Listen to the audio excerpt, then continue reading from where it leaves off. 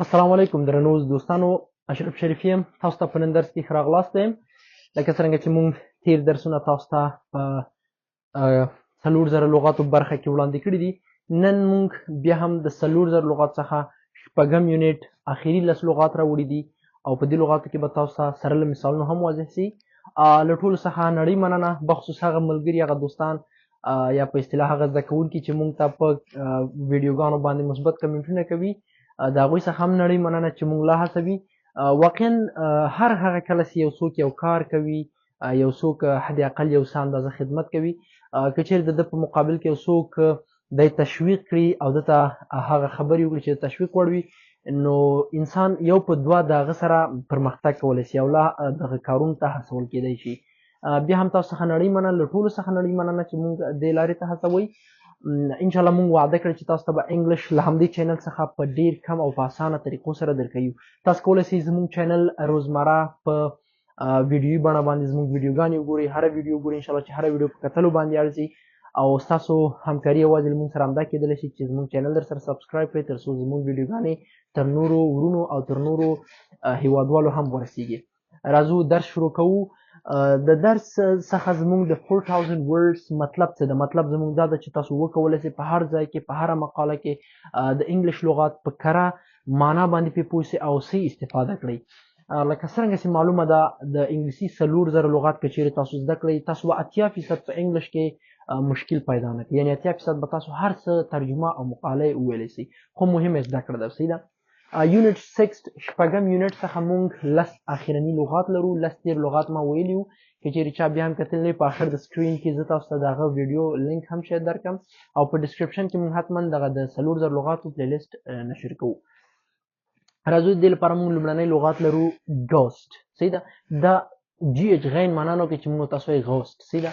همیشه په یاد ولرئ هر هغه ځای کې چې د انګلیش لغات وي، انګلیش یعنی خپل هغه لغت انګلیسي وي او په هغه کې جی اچ راغلی، هغه به تاسو غین نه تلفظ کوئ. ما تاسو هر هغه نوم چې پښتو کې راځي غین پکې راځي تاسو به جی اچ ورکوئ. لکه مثلا موږ تاسو لرو که نه غلام لیکو، نو بیا به تاسو دلته جی اچ ورکوئ. یا مثلا داسې یو نور لغاتونه دي پښتو کې چې په غین باندې راځي تاسو جی اچ ورکوئ، اما په انګلیش کې تاسو جی اچ ګورئ دا به په ګاف تلفظ کوئ. صحیح شو. نو دا موږ تاسو وایي ګوسټ. ګوسټ ګوسټ ویلی شي پیري ته. صحیح شو. یو ډېر هغه لغات هم ده. ګوسټ ویلی شي پیري ته. په انګلیش کې موږ تاسو یو مثال د دې لرو. I haven't seen any ghost yet. I haven't seen any ghost yet. یعنې تر اوسه مې وایي کوم پیری نه ده لیدلی او خدای دې په موږ او تاسو باندې نه لیدل کړي.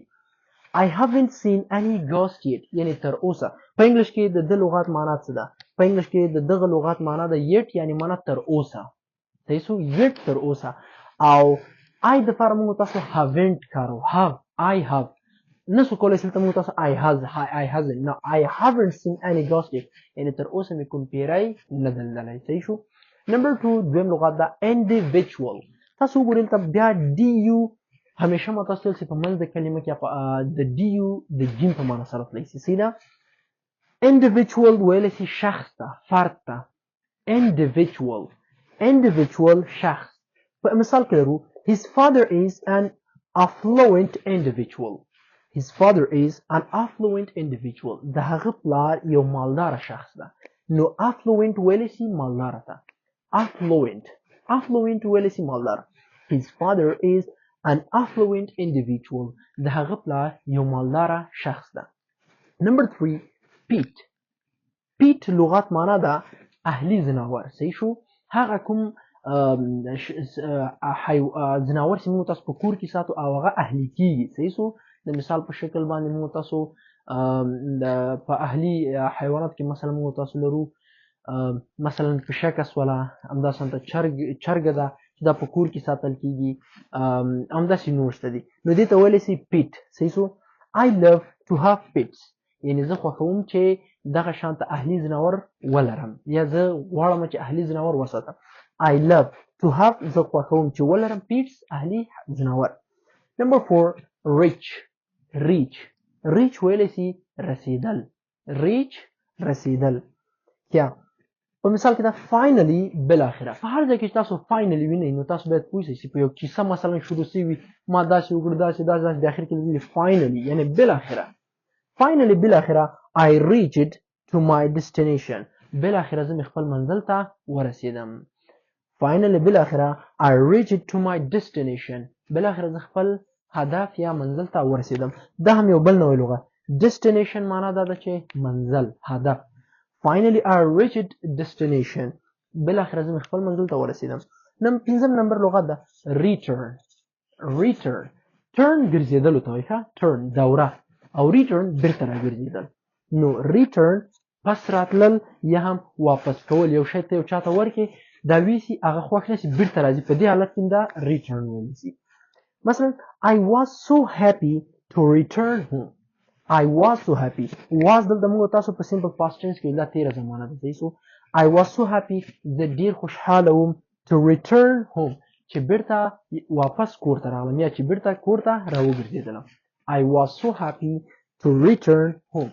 ډیر خوشحاله وم چې بیرته کور ته راوګرځېدلم. شپږم نمبر لغت موږ تاسو لرو upset. upset ویلی شي خفه کېدل صحیح. so sad خفګان خفه کېدل sad معنا هم ورکوي او upset هم خفه کېدل ته ویلی شي. Why do you get upset so easily? Why ولې do you get ته کېږي upset خفه so easily ډیر په اسانۍ سره یعنی ته ولې دومره زر خفه کېږي. Why do you get upset so easily? اووم نمبر لغت voice. voice ویلی شي غږ آواز ته ویلی شي. voice غږ یا هم آواز. I can't hear your voice. I can't hear your voice. یعنی زه ستا غږ نشم اوریدی. مثلا تاته یو څوک کال کوي زنګ کوي خبرې کوي او غږ یې نه درته رسېږي ته چېرته I can't hear your voice. صحیح so I can't hear your voice یعنی زه ستا غږ نه لرم د ځان سره یا زه ستا غږ نشم اوریدی. Number 8 weather. weather ویلی شي آب و هوا. weather آب و هوا یا هم موسم سی ورته وایي صحیح ده. The weather is getting hot bit by bit. The weather is هوا getting یعنی معنا دا ده چې په اخیستلو کې ده. The weather is getting هوا په حالت ده اخیستلو د چیز ده hot ګرمي کې ده یعنی هوا ګرمېدو حالت په طرف ده. bit by bit په کلاره کلاره سره صحیح سو لکه اوس چې موسم د کوم طرف روان ده د یخني په طرف باندې روان. تاسو ویلی شئ the weather is getting cold صحیح سو bit by bit هوا یخ کېدلو طرف ته کرا کرا روان ده.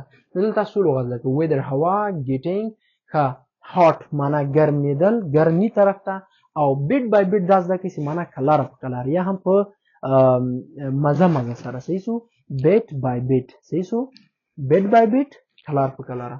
Number 9 ways. پورې دلته به تاسو ways نه وای نه اس دلته د زی په معنا سره راځي. ways ways ویلی شي عقلمند صحیح سو ways عقلمند. The crow is a wise bird. The crow is a wise bird یعنی کارغه یو هوښیار پرنده ده. کارغه ته په انګلیش کې وایي crow او wise عقلمند یعنی the crow is a wise bird کارغه یو عقلمنده پرنده ده یا هم الوتونکی ده. انشاءالله چې په دې باندې پوه شوي درس ډېر اسانه ده.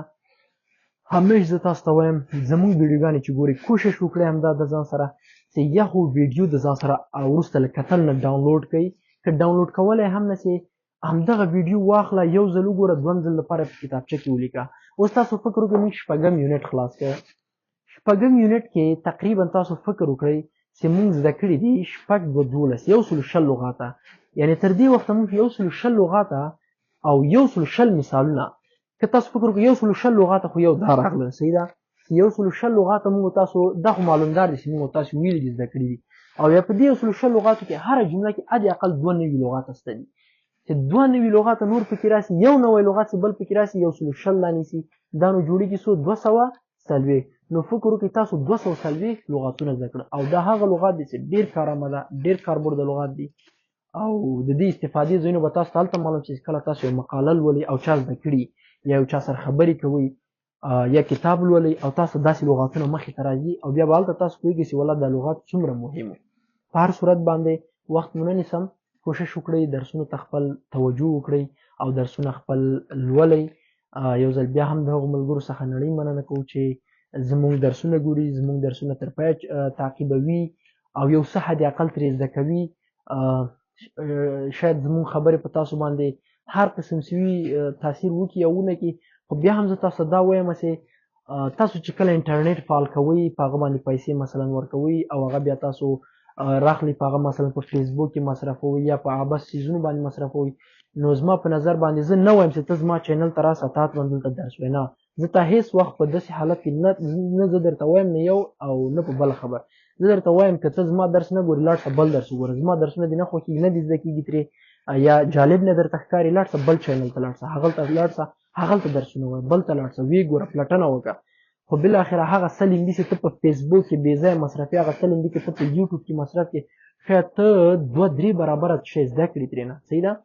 ځکه هر هغه درسونه چې تاسو ګورئ که په پیسو باندې دي، تاسو راسئ یوټیوب کې وګورئ، هغه تاسو فری ترلاسه کولی شئ. صحیح ده؟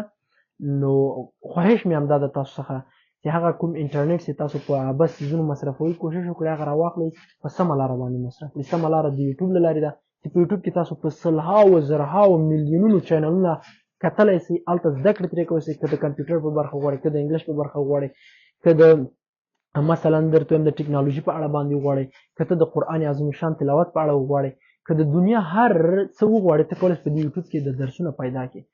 نو بیا هم درته وایم وخت مه ضایع کوئ، لاړ شئ درسونه وګورئ او یو څه زده کړئ. انشاءالله چې آینده به مو لا روښانه وي، لا ښه وي آینده به مو. خدای وکړي چې زموږ په خبرو خفه سوي نه. تر بل درس چې زه بیا راځم ټول په لوی بښونکي او مهربانه خدای سپارم. تر بیا ښې چارې ښه وخت. د خدای په امان.